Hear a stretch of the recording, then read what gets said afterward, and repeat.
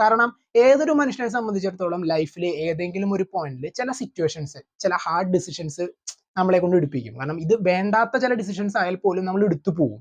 ആ ഒരു ഡിസിഷൻസിന് ശേഷം ഉണ്ടാവുന്ന ചില കോൺസിക്വൻസസ് ഉണ്ട്. അത് നമുക്ക് ഒരിക്കലും പ്രെഡിക്റ്റ് ചെയ്യാൻ പറ്റില്ല.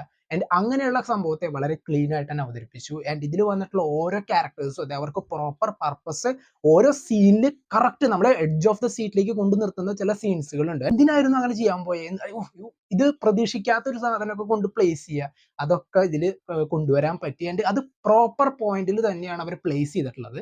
എന്തായാലും തീർച്ചയായിട്ടും നിങ്ങൾ കണ്ടു നോക്കുക. ആൻഡ് മൊത്തത്തിലുള്ള മേക്കിംഗ് ആയാലും ക്യാരക്ടേഴ്സ് ആയാലും സ്റ്റോറി ആയാലും എല്ലാം തന്നെ നല്ല വൃത്തിക്ക് തന്നെ എടുത്തു വെച്ചിട്ടുണ്ട്. ആൻഡ് ഇങ്ങനെയുള്ള ഒരു ത്രില്ലർ ജേണർ ഇഷ്ടപ്പെടുന്ന ഒരാളാണ് നിങ്ങളെങ്കിൽ നിങ്ങൾക്ക് തീർച്ചയായിട്ടും ഈ പടം ഇഷ്ടപ്പെടും. കാരണം ഇതിലത്തെ ഒരു പെർട്ടിക്കുലർ ഷോട്ട് ആയാലും ശരി, ഒരു വളരെയധികം സ്ലോ മോഷനിൽ തിരിയുന്ന ഒരു ആ ഒരു മൂവ്മെന്റും ജസ്റ്റ് ഇങ്ങനെ നടന്നു വരിക, സ്ലോ മോഷൻ ആയാലും ശരി, അത് നെസറി ആയിട്ട് അവർ പ്ലേസ് ചെയ്തു. ആൻഡ് ഓരോ ക്യാരക്ടേഴ്സ്